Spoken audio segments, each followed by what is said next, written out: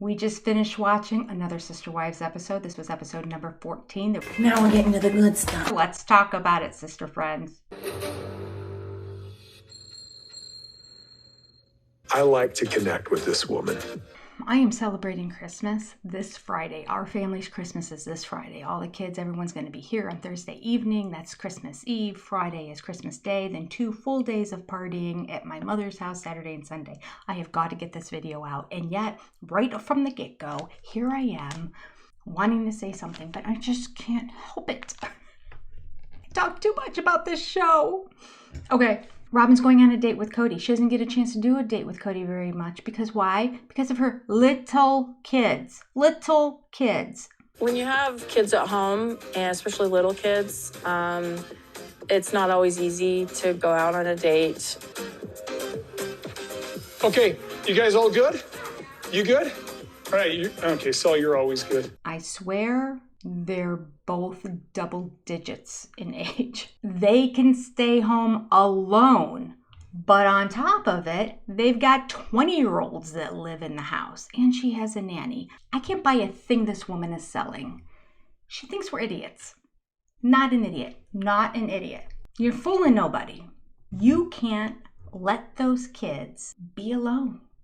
The control you have over them is amazing. I'm shocked she's not homeschooling. Aren't you all? I'm shocked she's not homeschooling. The fact that she lets them go to school during the day away from her and she doesn't know what's going on, she must get ulcers. Unbelievable. They're not going away for a week. They're going to dinner. What is... Oh, the older kids are busy with college and that. So what? Let them sit at home, do their homework. By the time you get back, they'll probably still be doing their homework. This is ridiculous. And then there's Cody all excited about it. He makes me so sick. I hope she doesn't feel pressure. But I'm like, oh, I finally got her all to myself. There's so much I want to talk about. The creep factor is so high on this guy. And the way he smiles and looks like that, it's just, whoa.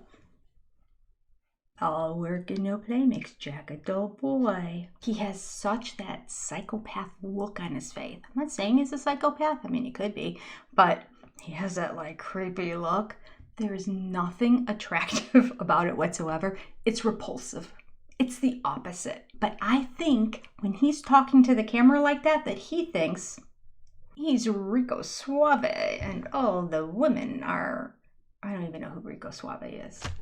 Why do I feel like that's fits in the situation? I have no idea who Rico Suave is. A singer, maybe? Anyway, he thinks he's all that. Rico Suave.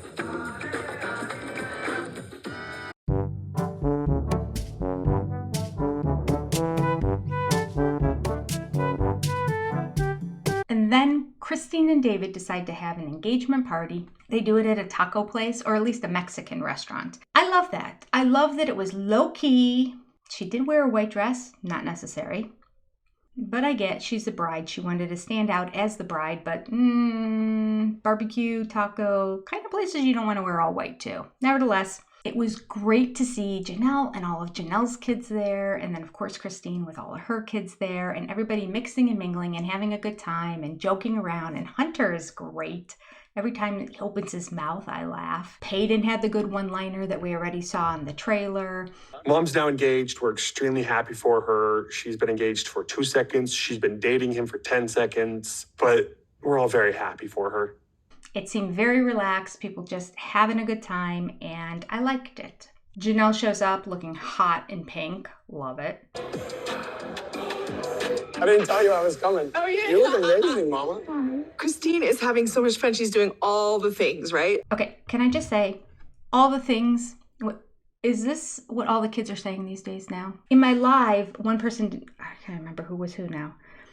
Somebody said they hadn't heard of it before. Somebody else said, yeah, it's been around for a while. I've never heard anybody say it, but Meri, in the last episode, she said it a couple times, and then I watched one of those interviews that she did in the press junket circuit that she's doing now, and on one of them, I was going nuts. I think she said it 4 or 5 times in this like 15-minute clip interview. I'm just doing all the things, just having fun and building businesses and taking adventures and just, I don't know, I'm just busy doing all the things, and I drive a lot to see different places and do different things. And so, yeah, life is good.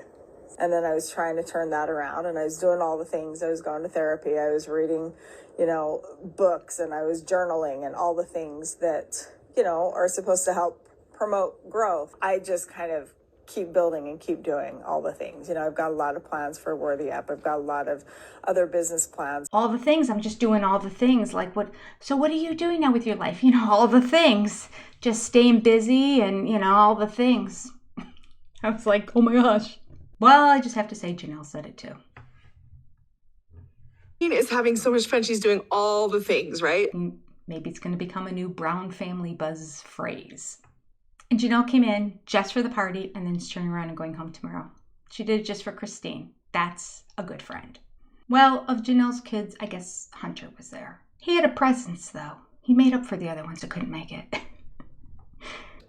Nobody's bet me yet. $5. She'll get something on that dress. Want to take that bet? Why are you betting against me? He's rubbish. David just loves to push buttons.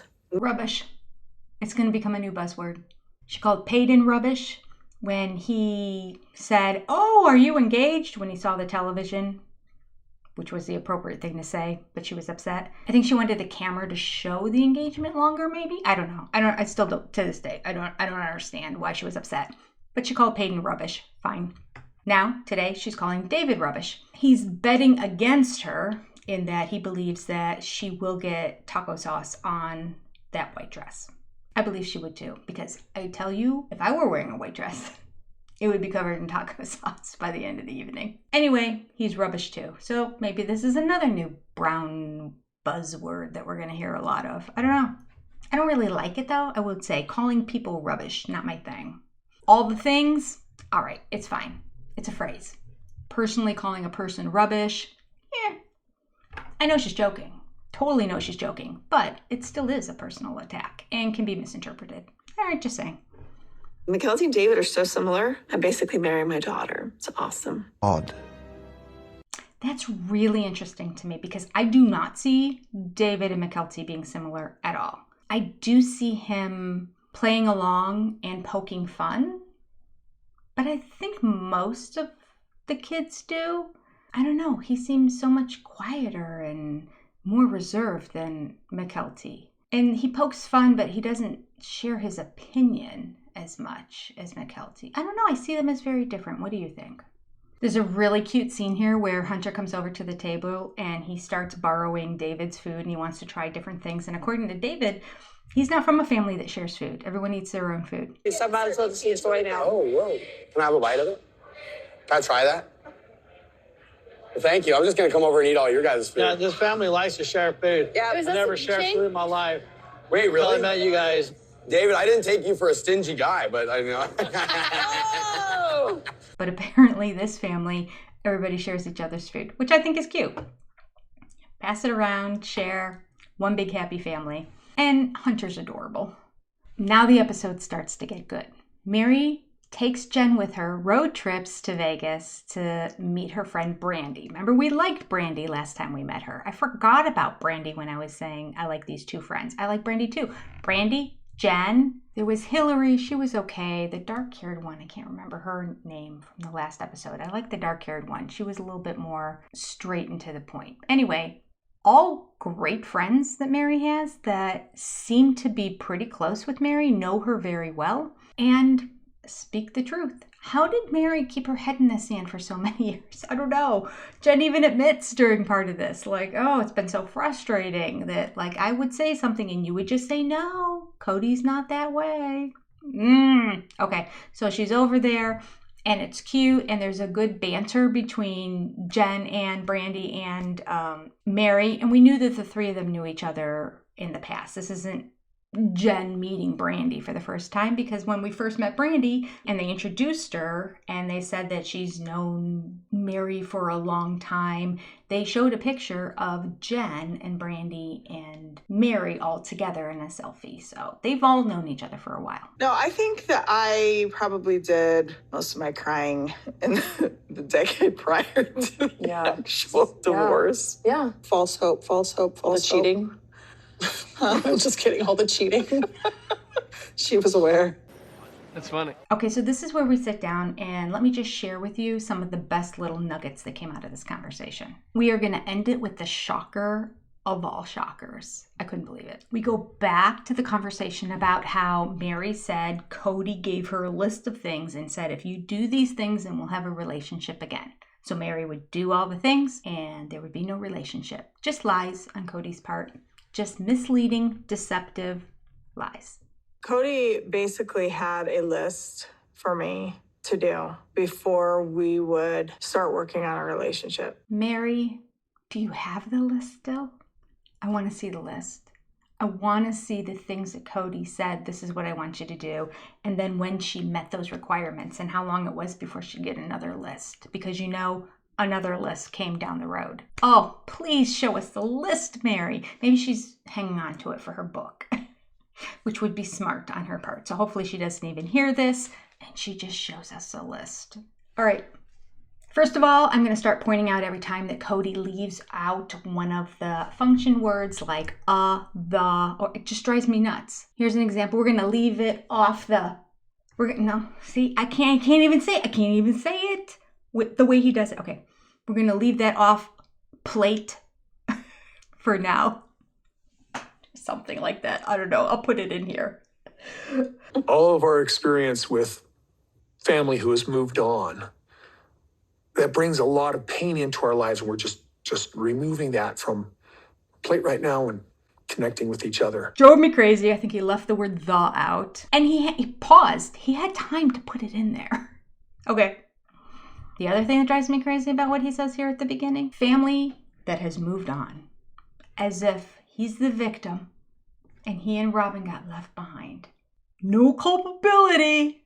None. Takes zero responsibility. He had no part in it. I don't even understand why they've gone. Where'd they go? They are responding to you, Cody Brown. Your actions of pushing them away for so long and then eventually saying, no, you can come back. I mean, there is a stipulation. You do have to have a conversation. I know I once said that it was an apology. Now I'm retracting that. So now a conversation. And by that point, after so many months, a year or more, the kids were like, deuces, we're moving on. If you're not going to be a father to us, then okay, I can accept that and just move on. He's like, you're supposed to keep groveling. You're supposed to keep groveling. You're supposed to want to like beg me. Cody doesn't understand. So I wanted to talk to you about something. You want to have two little children running in and interrupting us. Look at his face.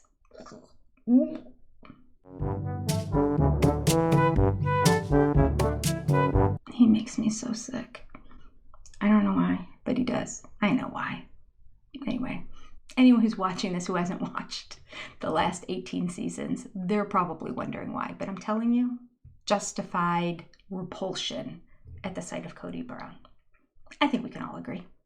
The girls are really just wanting to be able to attend church. The girls are really just wanting to attend church. It's the craziest thing. She's talking so bizarrely. The girls are really just wanting to be able to attend church. Why so sad? And again, I'm not going to beat a dead horse. They're 20. Let them go find a church if that's what they want. You do not need to be involved in this at all, Robyn Brown.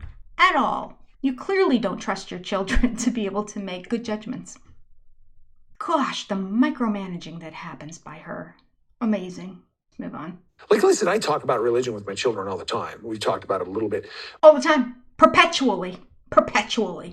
Ongoing. Constantly. Perpetually. All the time.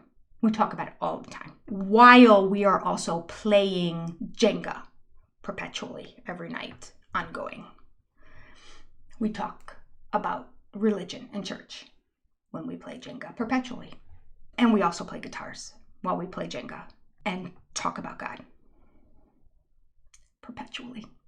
Our church was literally kind of an excommunication of people who used to be members of the LDS church or who had affiliation with that. Okay, according to Cody Brown, his church was the misfits. People who got excommunicated from the LDS church came to his church.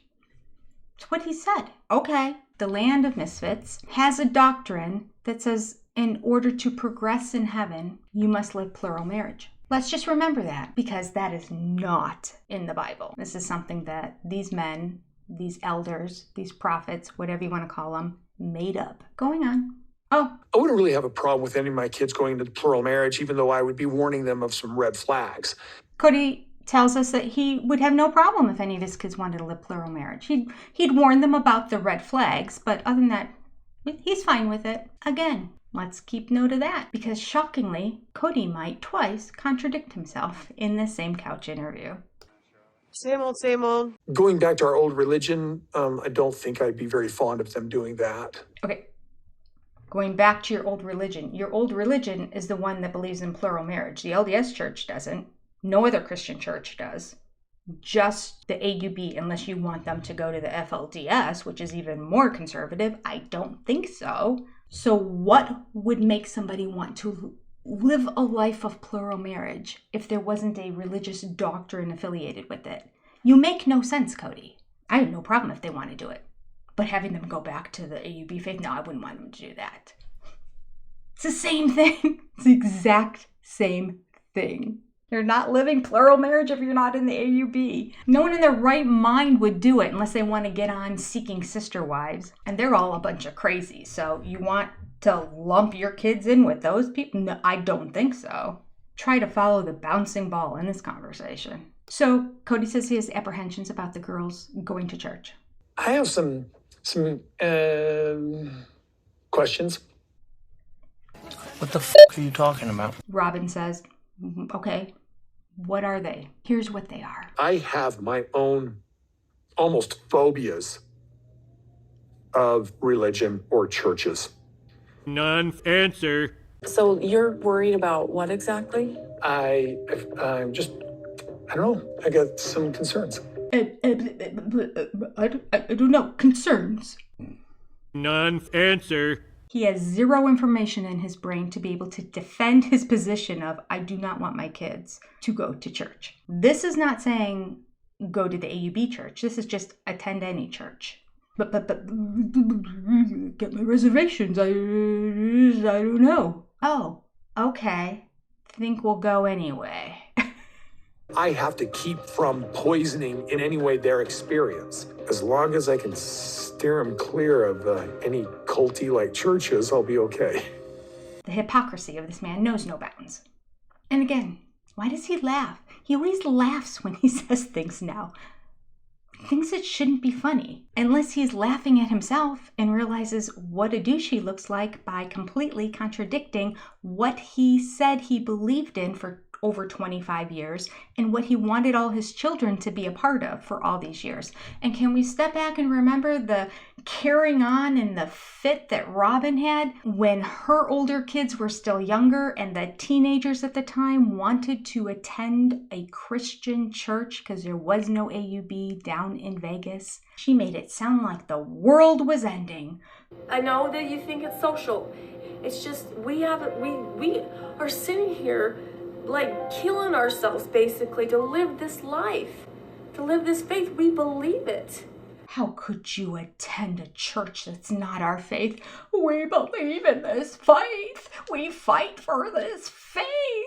How can you just let your kids, like shaming the other moms in this conversation? So it's hard for me to sit here with these kids and say, oh, it's no big deal. It is. It's huge for us to live this faith. How can you let them just say they want to go be with these friends? How can we not sit there and feel stronger about where we're leading our children?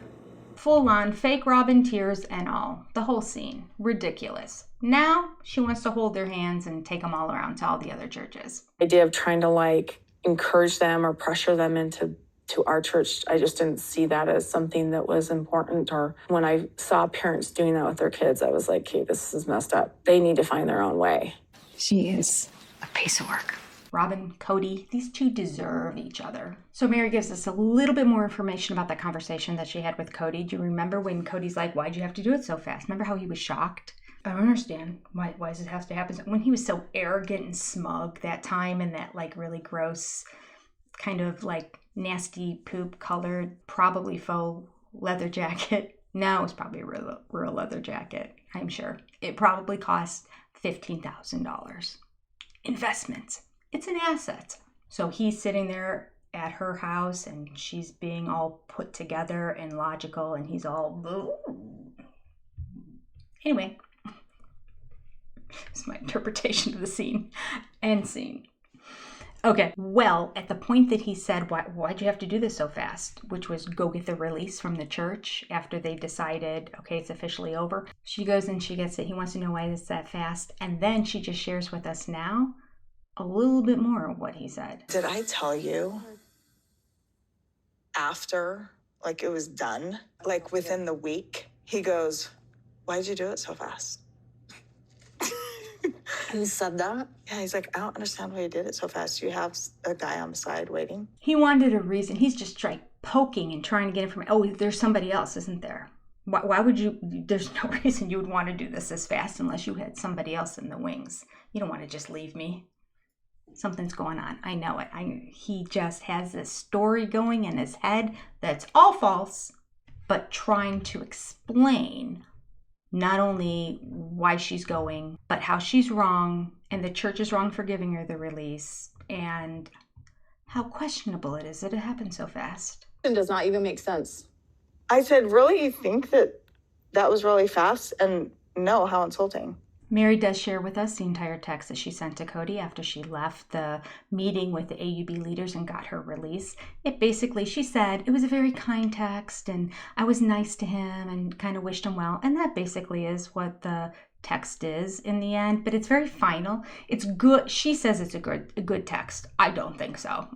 She should have slammed him in it. He was good in regard of if you're trying to write a really nice text for the man who's done you wrong for decades, but anyway, we look at it differently.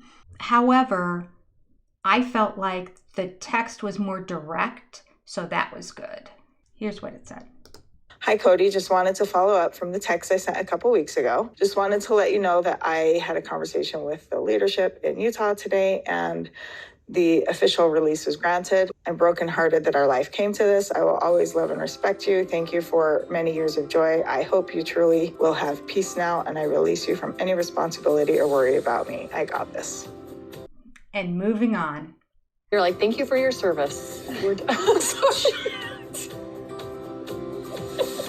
I'm so sorry. Hadn't been a lot of service. It is what it is with Brandy, and she's just going to say, I love that about her. I do. Meri has good friends. Meri has great friends. I'm so happy for her that she has such great friends. And how was she ever Robyn's friend when this is an example of all her other friends? They're funny, they're witty, they're upbeat, they're positive, they're happy, they laugh a lot, they crack jokes. Everything that Robyn is not. Robyn is a wet blanket. He was very much involved in our church, and from my understanding, he was happy in our church. I mean, I wouldn't have probably considered marrying him if I didn't think he was. Probably. Did you catch that word? It gives her the wiggle room. In reality, if the television show was still happening, I would have still married him. Because I like money. So the church was not happy. It's the first time they're finally admitting it, the OG3. The church was not happy with them doing this show. Meri shares why. Some of them were like, going to be the demise of your family, which is kind of funny. Like, it's not funny at all, actually. Okay, that's funny. Maybe there's a little bit of wisdom in that church after all. He doesn't like the church because of the gatekeepers giving him rules. And of course, the church was trying to put him into a leadership role. However, he needed to cut his hair.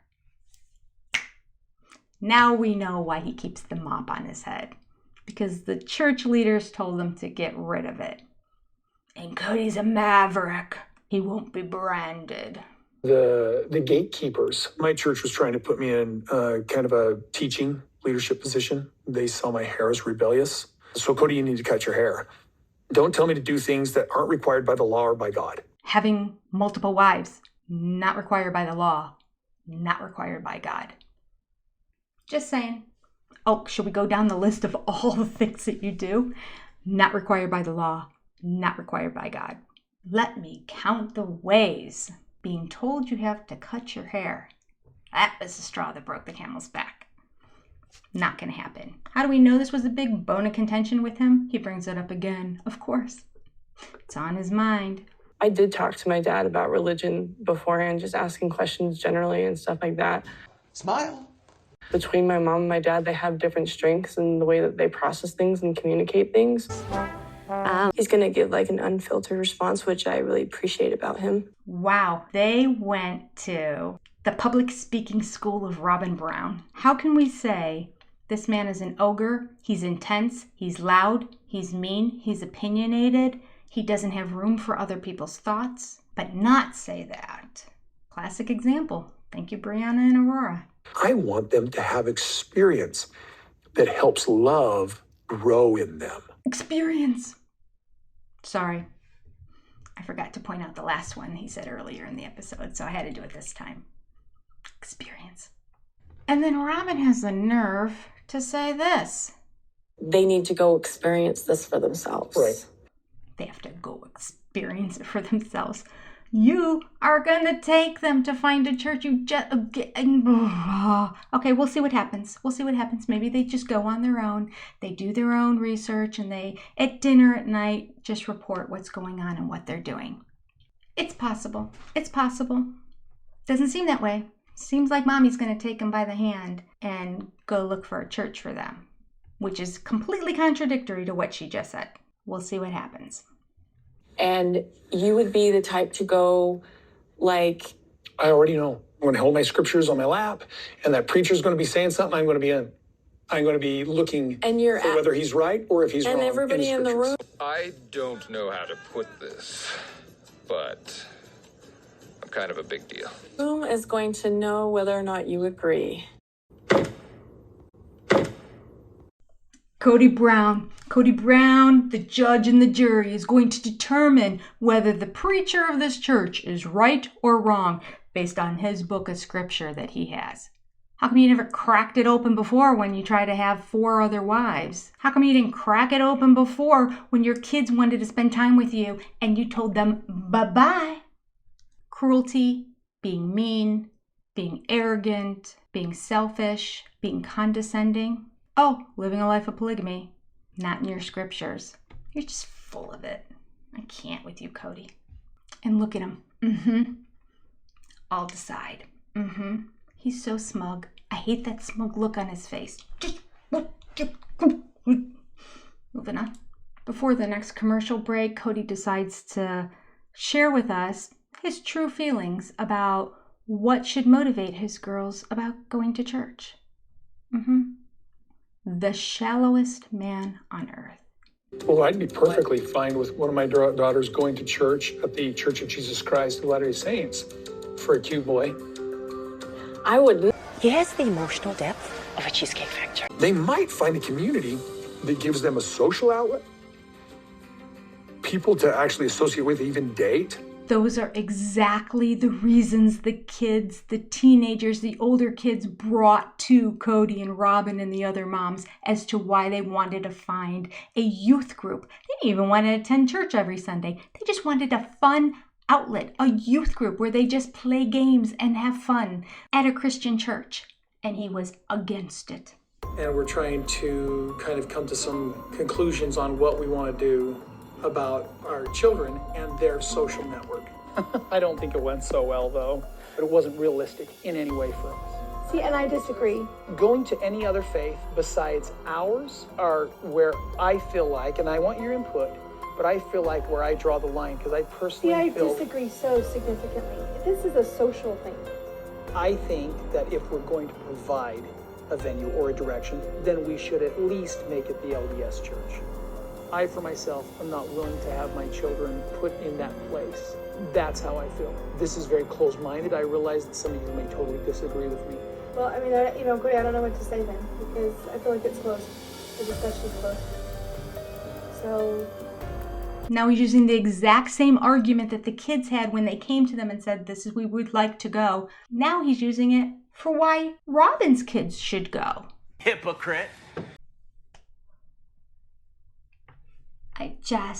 Is unbelievable. This is halfway through the episode, and I thank you for being here. Just want to remind you, before you do any of your Amazon shopping, click on the link down below here first. It benefits the channel. It's a way you can do it for free. The link will take you straight to the Amazon site. And this is your opportunity, if you hadn't had a chance, to hit the like button or the subscribe button to do so. Thanks so much. Back to the show. Oh my gosh, we have another announcement. You're not even going to believe this one. Ready? This is how it ends. Cody comparing himself to being a knight and a king. All I am is a knight with a sword. I mean, like, I'm here to protect you, but because I played king with some of my other daughters, I got put aside. My closed-mindedness caused me a lot of heartache. Cody can't finish a sentence. The first time he's saying something really introspective, recognizing and acknowledging that he was closed-minded. This is huge. This is huge. What did his closed-mindedness cause? Heartache.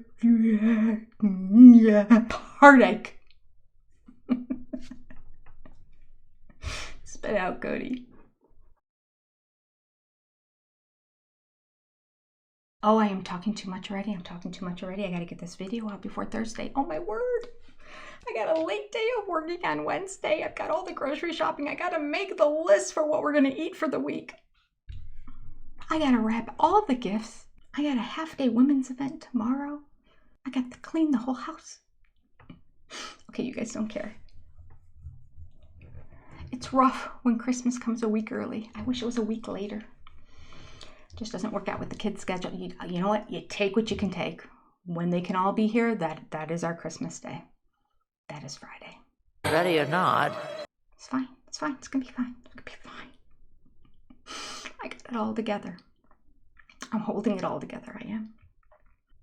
And on top of it, while I'm sitting here recording and not really talking about the show, I'll tell you why. Because commercials are going. Why are commercials going? Because for some reason, the Spectrum app has decided to stop recording the original air of Sister Wives, even though it's all set to record all new Sister Wives episodes. All of them. Yet they're coding it different now. The 1:30 in the morning airing of it is the one that gets recorded. The 10 p.m. at night one, my DVR won't record it. Is that crazy? They do this just so that I have to stay up until 2:30 in the morning. They don't like me. Okay, back to the conversation with Meri and her friends. I do like that she does point out, after she sent the text to Cody, shortly afterwards he calls her. And in that conversation, she did tell him multiple times, we are not doing this, because he was getting defensive. And she's like, I'm not getting riled up. I'm not going to talk to you if you are. So Brandy goes on and shares, Brandy and Jen were both sharing how, they're happy that Meri is coming out on the other side. And Jen points out that it's like Stockholm syndrome. The producers told Cody this. How would a narcissist react if confronted and told, oh, and by the way, other people are also saying that you're not that great? This is how. Brandy doesn't even know who I am. I went to dinner with her a couple times, helped her on her husband move once. Do they know me? Meri doesn't need to trash talk me anymore. She's got her friends doing it for her. Friends that don't know me. Anger, denial, lies, defensiveness. It's classic. It's textbook.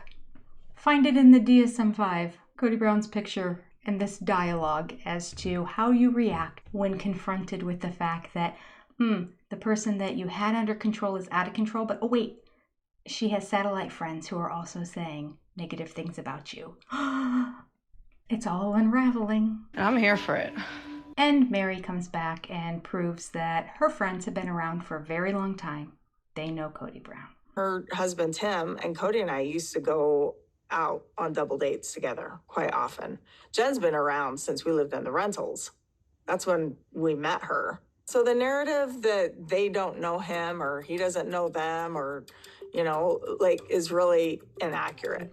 Robyn now shares with Kody that she wants to go to church too. Are you cool with that? Cody's response? Yeah, but I'd like to go too.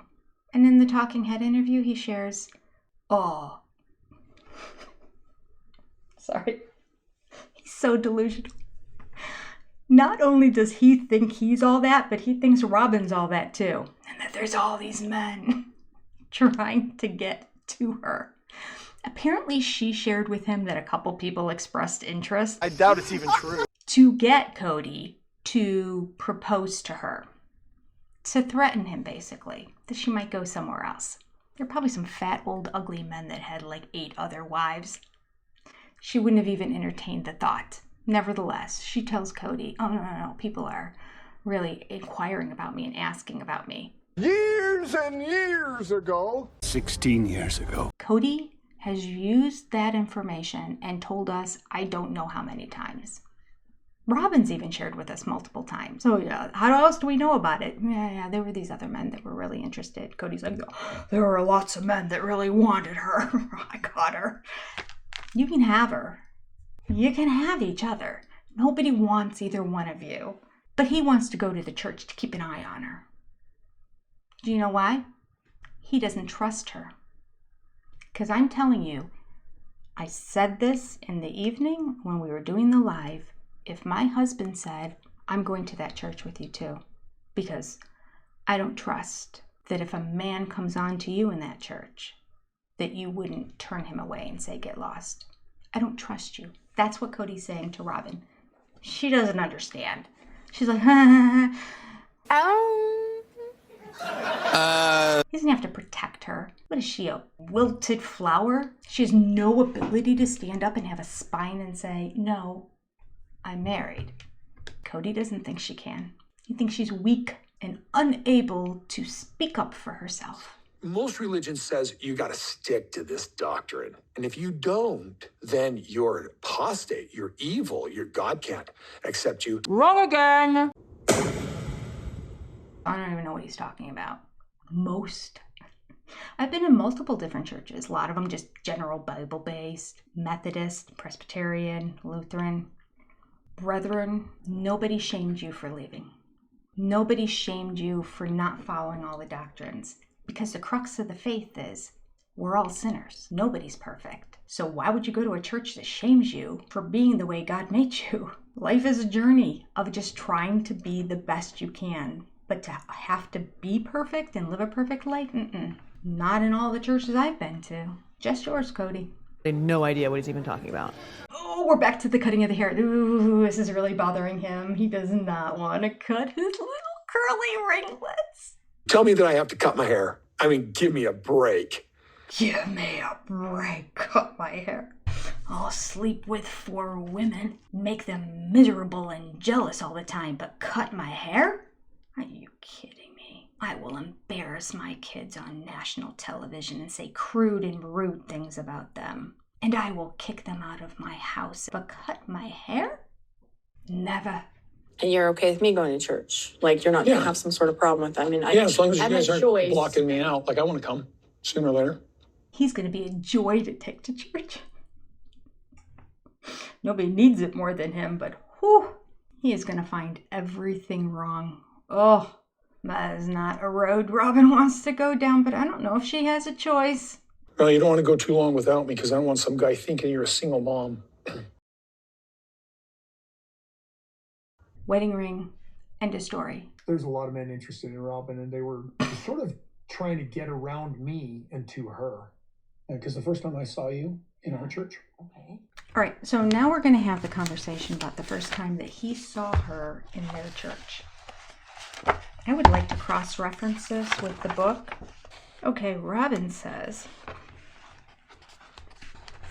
After my divorce was finalized, I was functioning as a single mom.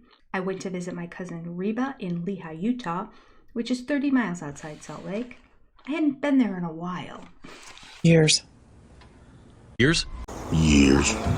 I was looking forward to a change of community. On Sunday, Reba and I went to church. While we were seated in the service, a man sitting in front of me with shaggy blonde hair caught my eye. The first thing I noticed about him was his eyes, which were ringed with laugh lines. I always love seeing laugh lines because they tell me someone is happy. I watched him talk with the other members of the congregation. There was something peaceful and comforting about the way that he conducted himself. He was smiling and laughing, at ease with himself and others. All of a sudden, he looked up and our eyes met. I'm not exaggerating when I said that I felt as though I had been shot through with a bolt of lightning. When this happened, I was stunned. I was embarrassed too, and I looked down at my feet. Immediately, I was furious that I had any sort of response to this stranger. I was determined that no one should break through my hard exterior shell and play with my emotions. So before she because she spells it R-A-H, she could scold me. She-Ra, her alter ego. Before She-Ra could scold her, I quickly repaired the crack that had appeared in my armor. Sounds fleeting to me, but she got the tingles when they looked at each other. Okay. She goes on to explain how Meri got duped by the two of them because a month later she's back up in Lehi and she's at her cousin's house, and wouldn't you know, Cody and Meri are going on a date, and he said to her, "Let's just drive around." And as they were driving around, they just happened to end up on the same street as Robyn's cousin. What a coincidence! And everybody happened to be just hanging out on the front lawn. And Cody pulled up with Meri, and they decided to get out and just say hello to everybody. And Cody is meeting this new woman for the first time. But she's smart. Street smarts. She tries to ignore Cody and befriend Meri, because that's the way to get into a marriage. The wives have to bring you in. So she became Meri's bestie until Cody and Meri together decided maybe we should ask her to be another wife. Meri got played. Duped! Bamboozled! Knuckle-dived! That's not even a word, and I agree with you. In the book, Cody makes it seem like he didn't really think much of her. So he says. After Meri and I met Robyn on the lawn at her cousin's house, Meri instantly sensed that there was something special about Robyn, but I was nervous because Robyn was divorced, and divorce could bring a lot of technical difficulties in terms of blending families and raising another man's children. I don't believe it. I had always declared that I wouldn't invite this situation into my life. We made that gaze, that connection. No, I made that. Oh, no. I looked longer. By the time you looked away, I actually said, that was probably inappropriate. She is most likely married. So Cody was a bad boy. He's flirting with somebody else, and then afterwards thinks to himself, oh, that was inappropriate. 1, it's inappropriate just to flirt with anybody. You have wives. 2, you think she might even be married and you were doing that, and then afterwards scolded yourself. Where's your self-control, Cody? Gone. Cody actually doesn't say anything about seeing her in the church at all. In his chapter of the book, he makes it start with him and Meri meeting her on the lawn. Because the lock the eye story is a lie? Or is the lock the eye story true? And he started there in the book because he knows that bringing Meri there and happening to stumble upon Robyn is a lie. And it was all planned out in advance for him to get together with her. Which one's the truth? Which one's the lie? What do you think? I honestly don't know. And then Cody goes, oh, Robyn, now you tell me about how you fell in love with me. I'm not going to talk about it anymore. I'm not going to play it because it disgusts me. He's that whole... Moving on. Fast forwarding. saw Cody for the first time at church, and then I got my lightning bolt. And a month later, randomly, I met Cody and Meri on my cousin's lawn. Randomly. It's crazy how that happened. A month later, randomly, I met Cody and Meri on my cousin's lawn. Can you believe it? Randomly. Just happened to be at my cousin's house. Who goes to Cody's church? Such a liar. I don't believe a word you say, Robyn. Do not believe a word of it. I want some guy doing that, looking at you and going, holding your gaze. Like, yeah, I'm not guarding now. I am protecting. Ooh, so what's Cody doing now? He knows how wrong he is. He knows how that whole meeting with Robyn was inappropriate and wrong. So now, what he's describing, what he doesn't want to happen at the church, is exactly what he did with Robyn. Oh, you can't go to church by yourself because you might run into another slithery, slimy pig like me who is going to woo you away. Again, doesn't trust his wife and is admitting how his intentions were horrible and how wrong he was and how inappropriate he was. Finding no redeeming qualities in this man. No one can.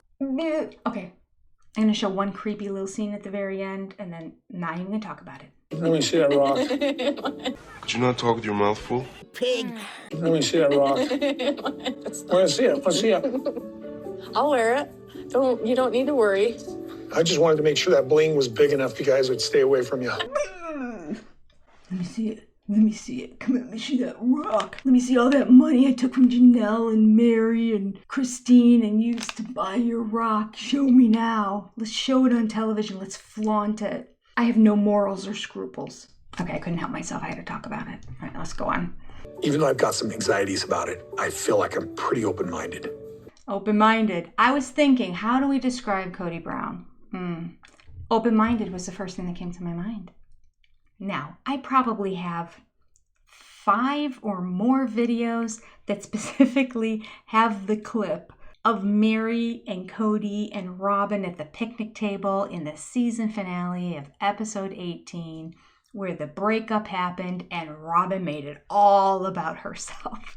It's hysterical. In case you haven't watched it, Cody is being downright mean and rotten to Meri, as he had been for the past decade. Doing it there again, being very coy also, doing the, you know what I'm talking about, Meri. Meri, we don't need to discuss this. Meri, don't look at what I do. Just listen to my words right now. Like, oh, the manipulation, it was disgusting. Disgusting scene. Robyn gets up and leaves and cries. Because when she realized this is really a breakup and Meri is no longer going to be part of the family, Robyn can't handle it. She's not upset with Cody for being rotten to her at all, telling her she's not going to get her fair share of the land. All that is happening at this picnic table. Robyn, silent. Nothing. Does not have her friends back. Finally, Meri says, well, it is what it is. I guess it's over. I can't. I have to get up from the table. I can't. I'm sorry. Starts walking away. No, don't come after me. I'm fine. Unbelievable. It is the epitome of playing a victim. So it's comical, really. It is comical. All we did last season was laugh about it. Like, what, Robyn, what are you even doing there to begin with? And secondly, this is not about you. It's crazy. Okay, in that I'm wearing my poop-looking leather jacket and being all smug scene with Meri, Jen makes Meri share the story with Brittany about what Cody said to her there. TLC hasn't showed this. They have kept it in their back pocket until this episode. Meri gives us a little bit more in-depth knowledge about the level of their relationship and how it was going during COVID, which we kind of figured out, but Meri has never come out and said anything about it. She's finally starting to sing like a bird. Here she goes. I'm sorry, I need to move away. I'm sorry. I stood up and she walked away. So later, Cody goes,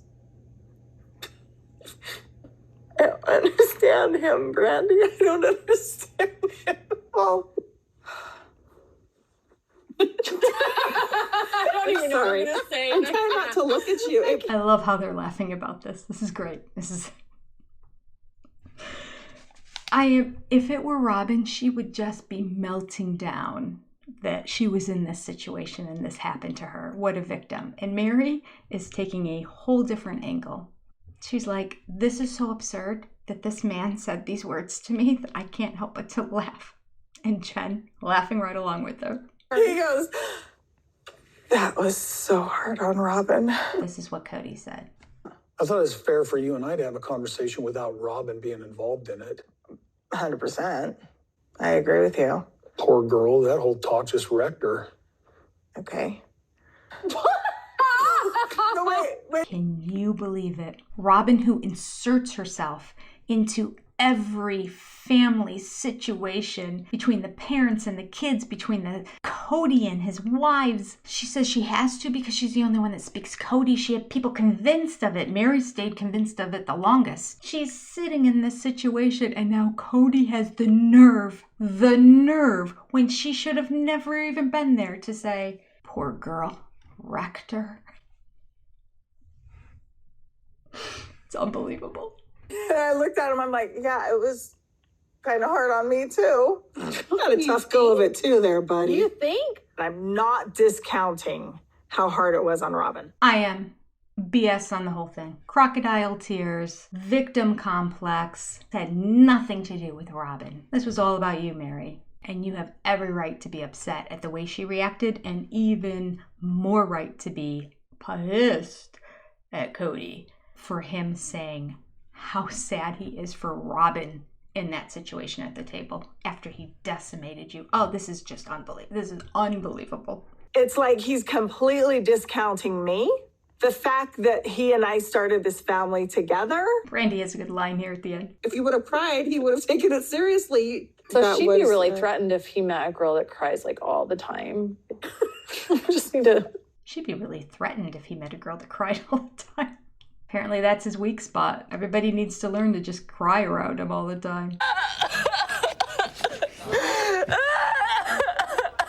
Also, we have a scene where Brittany comes out and says the exact same thing that Jen said about Robyn, and that is, I have always seen him favor her.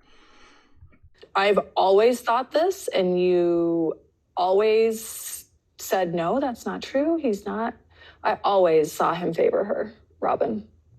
Meri says in her talking head that she doesn't believe that that was Robyn's intention when she came into the family to get rid of the OG3. I completely agree with her. She wants them all there. She was the cash cow that was the Brown family, the three women working really hard and bringing all this extra money in. There's not going to be a sister wives if there's no sister wives. Well, now there might be because it's been built for 15 years. But early on in the first few years, if those wives would have left, that could have been the end of the show right there. Of course she didn't want them to go. Plus, Robyn never wanted to be the only wife. Robyn wanted to be the top wife. She wanted to be the favored wife. She wanted to be the most coveted wife, the one that Cody wants to spend all his time with and all his money on.